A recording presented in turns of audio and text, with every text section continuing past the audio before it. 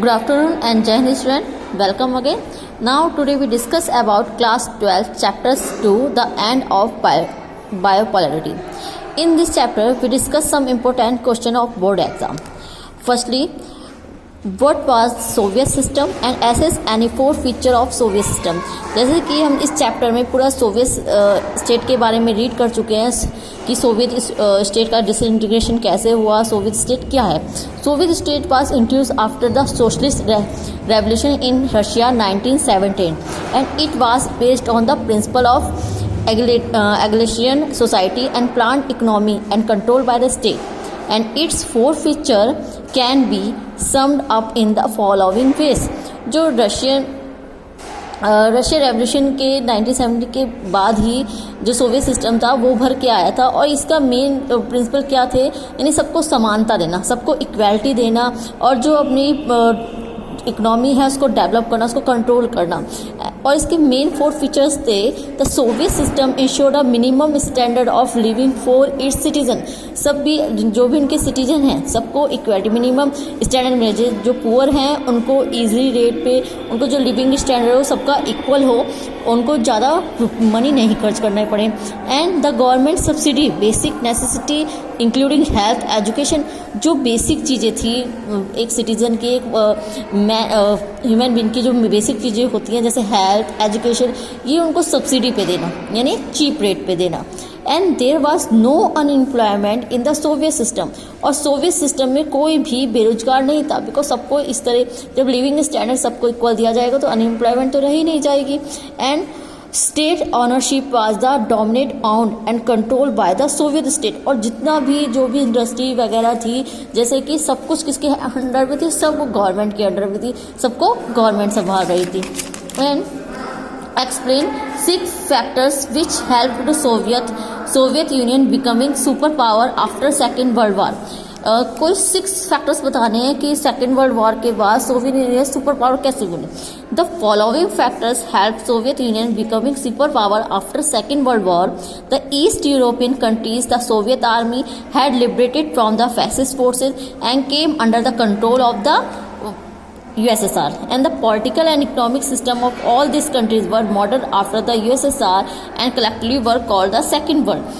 जो भी यहाँ का पॉलिटिकल सिस्टम था, जो यहाँ का जो सोशल सिस्टम था, उसको अदर कंट्रीज ने सबको उसको सेकेंड वर्ल्ड का नेम भी दिया गया था. और जो यहाँ की आर्मी फोर्स थी वो बिल्कुल फ्रीडम थी और उसने जो यहाँ की जो फैसिस्ट फोर्स थी सब पे कंट्रोल बना रखा था. And the Warsaw pact a military alliance held them together and the USSR was the leader of the bloc. USSR ने एक मिलिट्री अलायंस बनाया था जिसको नेम दिया गया था वॉर्स पैक्ट और उसका मेन लीडर कौन था, रशिया था, रूस था. ठीक है, इस जो मिलिट्री अलायंस था वॉर्स पैक्ट एक्ट जैसे हम चैप्टर में रीड कर चुके हैं, उसके अकॉर्डिंग जो USA मिलिट्री था उसको फिनिश करना था, उसका खात्मा करना था. And the Soviet economy was the more developed than the rest of the world except for the US. और उस टाइम में जो सोवियत इकोनॉमी थी वो सबसे ज़्यादा डेवलप थी US के अकॉर्डिंग, वो भी काफ़ी डेवलप थी अदर कंट्रीज से. And it had a complex communication network, vast energy resources including oil, iron and steel machinery, a production and transport sector that connected its remotest area with efficiency. और यहाँ पे जितनी भी basic चीज़ें हैं जैसे oil, iron, steel, ये सब यहीं के प्रोडक्शन थे. और ये लोग कहाँ जितने भी रूरल एरियाज, रिमोट एरियाज थे वहाँ तक उन्होंने पहुँच बना रखी थी. It had a domestic consumer industry that produce everything from pins to cars to make themselves self dependent. और ये एक हर बिकॉज ये खुद एक किसी पे भी डिपेंड नहीं थे, इंडिपेंडेंट थे, बिकॉज पिन से लेकर कार तक सब चीज़ें कंट्री में ही बनती थी.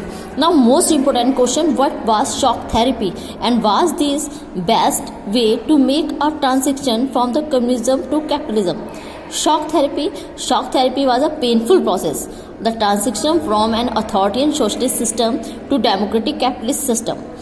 शॉक थेरेपी बहुत ही एक पेनफुल प्रोसेस इसलिए बोला जाता है बिकॉज सडनली सोशल सिस्टम से कैपिटलिस्ट सिस्टम को अडॉप्ट कर लिया गया था. This transmission system was influenced by the world bank and the IMF. और किसने उसको इंफ्लुएंस करा था वर्ल्ड बैंक ने एंड IMF ने in Russia and central Asia and east Europe तब it varies initiative and speed amongst the former second world countries but its direction and features were quit similar. This was not the best way to make the transition from the communism to capitalism due to following drawbacks. Because जो suddenly socialism से capitalism को adopt कर लेना, इसकी काफ़ी सारी कमियां भी थी. और वो कमियां थी जैसे क्वेश्चन में पूछा गया है, was this the best way to make the transition from the communism to capitalism. क्या ये बेस्ट वे था? No. Because Russia, the large state-controlled industrial complex, lost about 90% of its industry through the sales to private individual and companies. 90% जो industry थी जो government के under में थी उसको सडनली प्राइवेट कर दिया गया था. And it's created the largest garage sale in history which led virtual appearance on the entire industry for the restructuring was carried out by market forces in place of government owned policies. Hence industries were undervalued and sold at throwaway prices. Because इसके कारण क्या हुआ था, suddenly इस तरह का decision लेने के कारण गवर्नमेंट के बहुत सारी इंडस्ट्री ऐसे थे जिनको काफ़ी चीप रेट पे बेच दिया गया था और काफ़ी लोग इसमें बेरोजगार हो गए थे और जो कहते हैं महंगाई वो भी इस रीज़न से काफ़ी बढ़ गई थी. इसको the largest garage sale history में बोला जाता है. And is systematically destroyed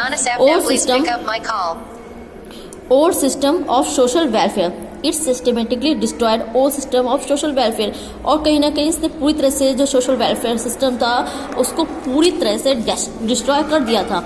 and the value of rouble and Russian currency decline dramatically due to high rate of inflation and real GDP of Russia also decline between 1989 to 1999. और rouble जो था वो 1989 से 1999 तक उस जो GDP थी काफ़ी गिर चुकी थी. And the withdrawal of government subsidy pushed large section of society into poverty and it emerged the mafia to start controlling many economic activities. और जो गवर्नमेंट की जो सब्सिडी थी अब नहीं रह गई थी और कहीं ना कहीं जो माफिया थे पूरी तरह से इकोनॉमिक को कंट्रोल कर रहे थे. Now, privatization led to new disparities which divided Russia between rich and poor people, creating economic inequality. और कहीं ना कहीं इस प्राइवेटाइजेशन ने क्या करा था, जो एक बैलेंस था रिच और पुअर के बीच में वो इनइक्वालिटी को और ज़्यादा बढ़ा दिया. Hence, shock therapy brought ruin to economics and disaster upon the people of entire region. Now, thank you student. Thank you very much. Jai Hind. In next video, we discuss other chapter important question.